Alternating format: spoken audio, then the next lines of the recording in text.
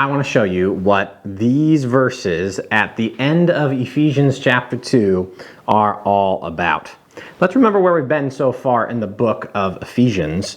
The Apostle Paul has been making this point to the Jews and the Gentiles who really were struggling to get along.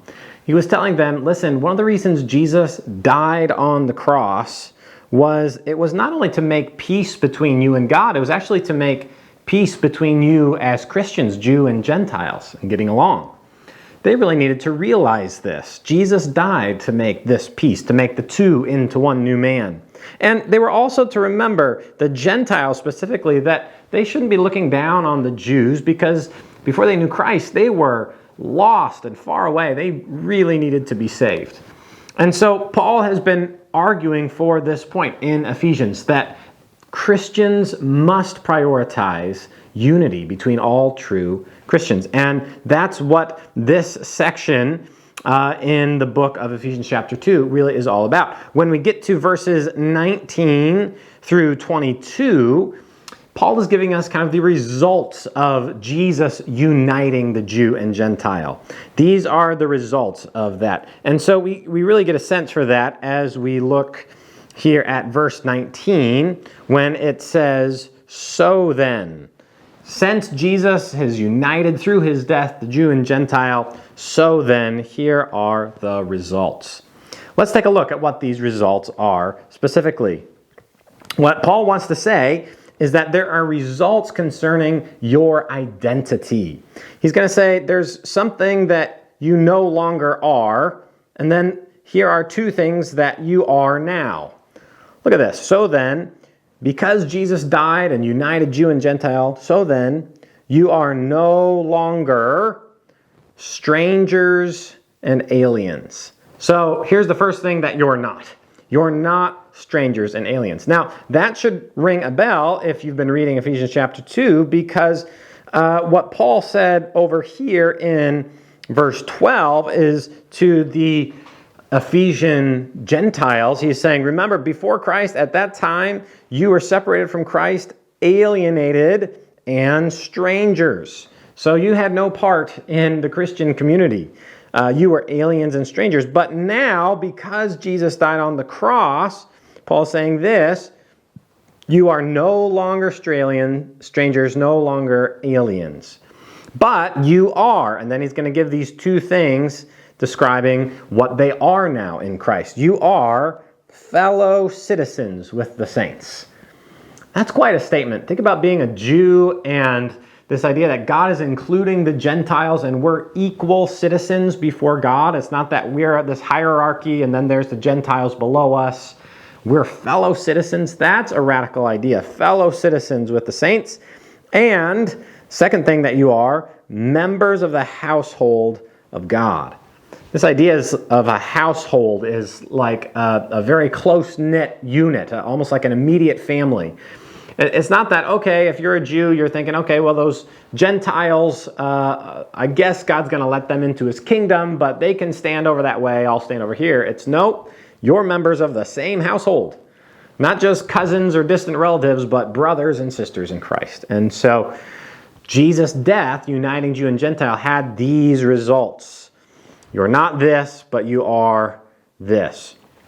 Now, Paul is going to use an illustration from here on out to try and highlight the truth about their identity, the fact that Jesus united the Jew and Gentile.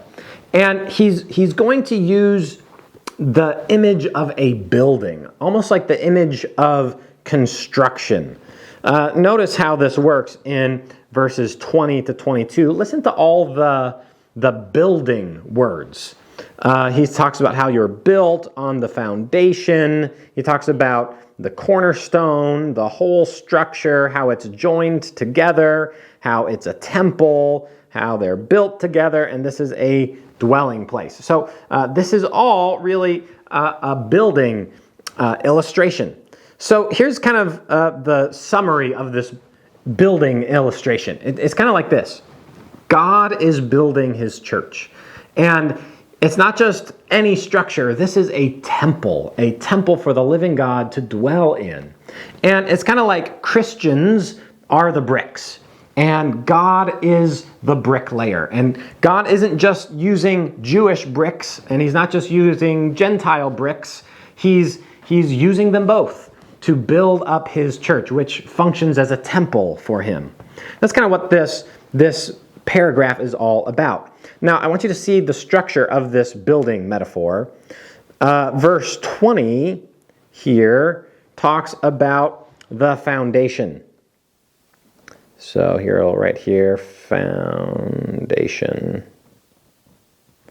These verses talk about the foundation, and we'll get into that in a moment. Then verse 21 talks about how this structure is made. And then verse 22 talks about why, or what's the purpose for this structure. Okay, so that's kind of the way these three verses are laid out. Let's talk first about the foundation.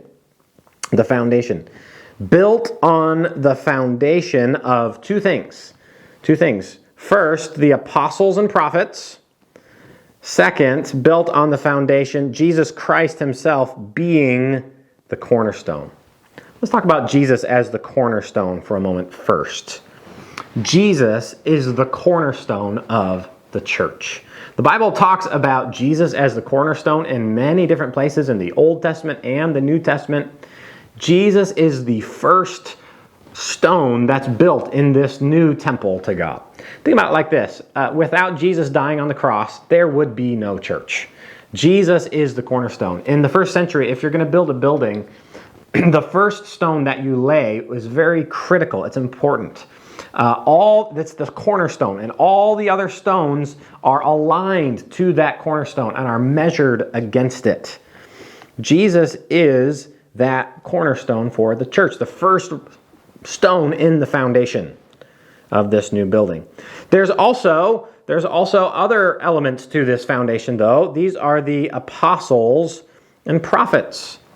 Think about this. The first men who started to follow Jesus were the apostles. Think about Peter. He's a fisherman, and then Jesus calls him and he's following Jesus, and now he's one of the leaders in the church. And so these men, these apostles and the New Testament prophets, they're entrusted with the gospel message, and then they pass it on. And the apostles are writing the scriptures. And so this is just a simple way of saying the whole church is built on this foundation. Jesus is the cornerstone, and then the apostles and prophets are other key elements.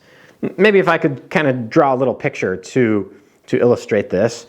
It's kind of like you have the first stone that's laid, and we'll call this our cornerstone. Do a little 3D little cornerstone here. This is Jesus. And then there are other stones that are laid to make the foundation. And they are aligned to Jesus. So you have stones here. We'll call these the apostles. But then there are other foundation stones as well that are aligned to Jesus. And these are the prophets. And the rest of the church is built on this foundation. That's what Paul is trying to tell us here in these verses. The apostles and prophets. Now, that phrase, the apostles and prophets, it also comes up again later on in the book of Ephesians, over here in chapter 4. It says this in chapter 4, verse 11, and he gave the apostles the prophets. Okay, so there's our phrase again. The apostles, the prophets, the evangelists, the shepherds and teachers, to equip the saints for the work of ministry, for the building up of the body of Christ. So that's the foundation to this building that Jesus is making as he's uniting all Christians together. That's verse 20. Now we talk about how this building is being made. I want you to notice a couple of things. Number one, the first thing we learn is in this building metaphor is what kind of building this is. It's a holy temple. Now, in the next verse is going to talk about how this is a dwelling place for God, and that's kind of like what a temple is. So, what kind of structure is God making by uniting Christians together, Jews and Gentiles? It's a temple, a dwelling place for him. Notice, though, how this new temple is built. The bricks are not building the temple. The bricklayer is. Notice that the structure is being joined together passive. They're passively being joined together. And you see that again down here. They're being built together. That's an important point. We Christians, we're not the mastermind behind the project of the church, the new temple of God, as it were. God is the one who joins the bricks together. I'm reminded of what Jesus said in Matthew 18, I will build my church, and the gates of hell shall not prevail against it. And God puts each brick, each Christian, just where he wants it to be. 1 Corinthians 12:8 says, but now God has placed the members, each one of them in the body, just as he desired. And so Christians are being joined together. They're being built together. And I think the message to the Ephesian Christians is this. Listen, Jews and Gentiles, you can't just worship Jesus and say, Gentiles, I don't need you, or Jews, I don't need you. God is at work joining you together and building you together. So you have no right to reject the wisdom of the bricklayer, as it were. Third thing to realize in how the building is being joined together is that it grows. Think about how much bigger the church is today now than when Paul wrote these words. You know, there's a lot of terrible things that happen in the church. Sometimes you hear of pastors failing or of churches dissolving. But you realize God hasn't given up on his plan for the church. God is at work. He's the master bricklayer, and the church is still growing. Now, why is God joining together Jews and Gentiles and whites and blacks and Hispanics and people from all across the world, Christians? Why is he joining them together? Here's the purpose. In him you also are being built together into a dwelling place for God. A dwelling place for God. This word dwelling place speaks not of just a residence like a vacation home that you rent for a week, but your true home. The church is being built. Christians are being built together, and we're built into what's described here as a temple for God, a place for God to live in and dwell in among his people. What does it mean for a group of people all living their separate lives to be a dwelling place for God? 2 Corinthians 6:16, I think, gives a little insight into this. It says this, what agreement has the temple of God with idols? For we are the temple of the living God. As God said, I will make my dwelling among them and walk among them, and I will be their God, and they shall be my people. What does it mean for us as Christians corporately to be the temple of God? You know, God works in and among us. If you're a Christian, have you ever experienced this where you're crying out to God for help, and then God works in another Christian's heart and life, and they come along and they bring you help and assistance? That's God living among us, working among us, dwelling among us. And because that's the case, we have no right, in this section really talks about this, we have no right to look at other Christians and say, I don't need you, or I don't want you, or you can be a Christian, but just be a Christian over there.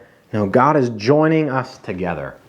And we are the dwelling place of God. What a beautiful picture that is.